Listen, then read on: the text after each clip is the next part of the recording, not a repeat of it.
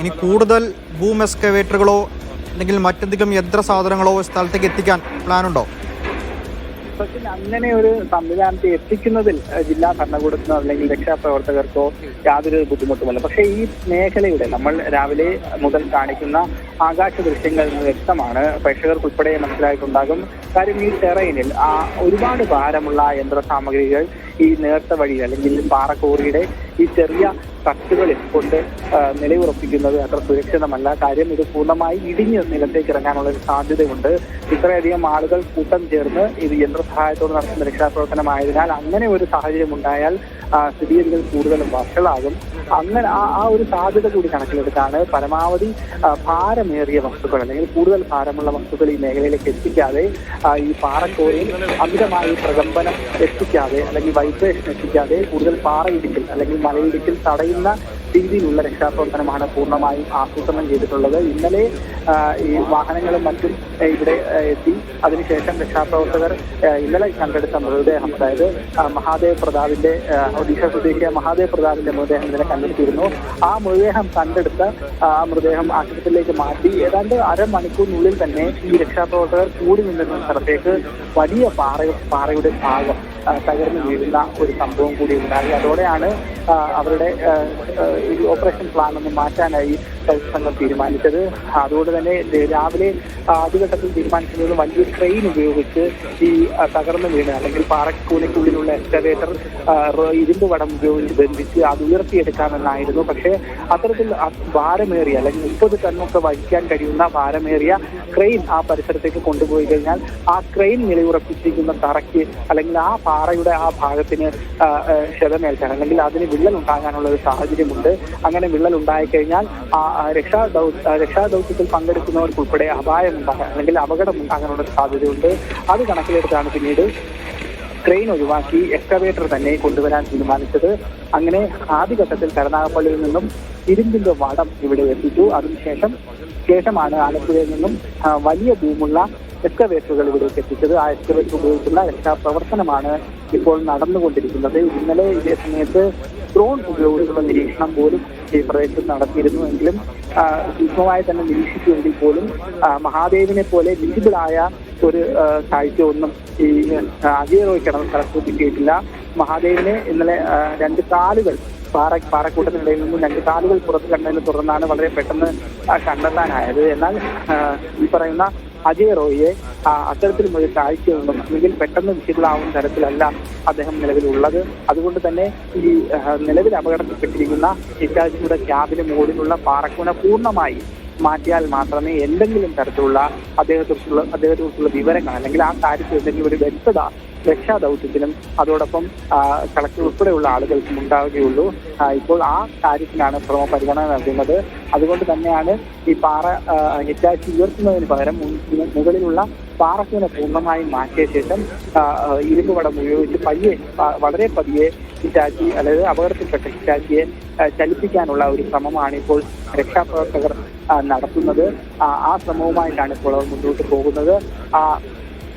നമ്മൾ അപകടമുണ്ടായ തട്ടിന് തൊട്ട് മുകളിലത്തെ തട്ടിൽ നിന്നുമാണ് ആ വലിയ ബൂമുള്ള എക്സ്കവേറ്റർ പ്രവർത്തിക്കുന്നത്. ആ വലിയ ബൂം ഉപയോഗിച്ച് മുകളിലുള്ള മുഴുവൻ പാറയെ നീക്കം ചെയ്യുകയാണ്.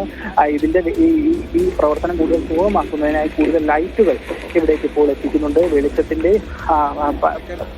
കുറവൊക്കെ പരിഹരിക്കാൻ വേണ്ടിയാണ് ഇത്തരത്തിൽ കൂടുതൽ ലൈറ്റ് വെളിച്ച സംവിധാനങ്ങളൊക്കെ ഇവിടെ ക്രമീകരിച്ചുകൊണ്ടിരിക്കുകയാണ്. ആ ദൃശ്യങ്ങൾ കാണുന്ന പോലെ അപകടം നടന്ന സ്ഥലത്ത് ഏതാണ്ട് പൂർണ്ണമായും ഫയർഫോഴ്സ് വെളിച്ച സംവിധാനം ഒരുക്കിയിട്ടുണ്ട്. അതോടൊപ്പം ഈ അപകടം നടന്നതിന്റെ എല്ലാ കോണിലും അതിൽ ആ അപകടത്തിന്റെ ദിശയിലേക്ക് അല്ലെങ്കിൽ അപകടം നടന്ന സ്പോട്ടിന്റെ ദിശയിലേക്ക് വെളിച്ചമെത്തിക്കാൻ കഴിയുന്ന എല്ലാ കോണിലും ലൈറ്റുകൾ സ്ഥാപിക്കാനുള്ള നടപടിയുമായിട്ടാണ് ഇപ്പോൾ ഫയർഫോഴ്സുകൾ മുന്നോട്ട് പോകുന്നത്. ദൗത്യസംഘം 48 പേരടങ്ങുന്ന ദൗത്യസംഘം അവരുടെ ഈ മണ്ണ് നീക്കുന്ന അല്ലെങ്കിൽ പാറക്കൂന നീക്കുന്ന ദൗത്യവുമായി മുന്നോട്ട് പോകുന്നുണ്ട്. അതോടൊപ്പം നാട്ടുകാരും മറ്റു ഫയർഫോഴ്സ് ഉദ്യോഗസ്ഥരും ചേർന്ന് പരമാവധി വെളിച്ചം ഇവിടേക്ക് എത്തിക്കാനുള്ള നടപടിയുമായി അല്ലെങ്കിൽ അതിനുള്ള പ്രവർത്തനങ്ങളുമായി മുന്നോട്ട് പോവുകയാണ്. ഇവിടെ ആകെ ഈ പാറക്കോറിയുടെ ഒരു 3ാം തട്ടിൽ ആകെ ഇപ്പോൾ പ്രദേശവാസികൾ തപ്പിച്ചു കൂടിയിട്ടുണ്ട്. ഈ രക്ഷാപ്രവർത്തനം കാണാനായി അവർക്കെല്ലാം ഒരൊറ്റ ആഗ്രഹമേ ഉള്ളൂ, എങ്ങനെയെങ്കിലും ജീവനോടെ അവിടെ നിന്നും കണ്ടെത്താനാകണേ എന്നുള്ള വിശ്വാസം മാത്രമേ ഇപ്പോൾ ഇവിടെ തടിച്ചു കൂടിയിരിക്കുന്നവർക്കുള്ളൂ.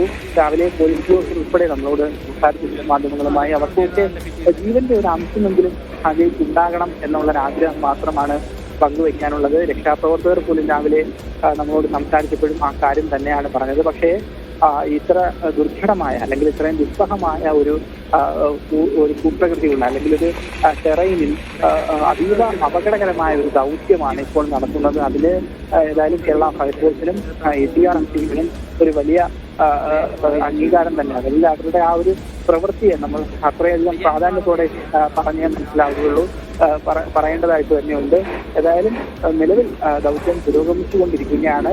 വലിയ ബൂം ഉപയോഗിച്ചുകൊണ്ട് അപകടത്തിൽപ്പെട്ട എക്സ്കവേറ്റർ, അതായത് ഇന്നലെ ഉച്ചയ്ക്ക് 2 മണിയോടുകൂടി അപകടത്തിൽപ്പെട്ട എക്സ്കവേറ്ററിന് മുകളിൽ നിന്നും പാറയുടെ ഭാഗങ്ങൾ നീക്കം ചെയ്യുകയാണ്. ഈ യന്ത്ര സംവിധാനങ്ങൾ എത്തിക്കുന്നതുമായി ബന്ധപ്പെട്ട വിഷയങ്ങളിലാണ് അല്പം മുമ്പ് ഏറെ വിമർശനങ്ങൾ പലരും ഉയർത്തിയത്.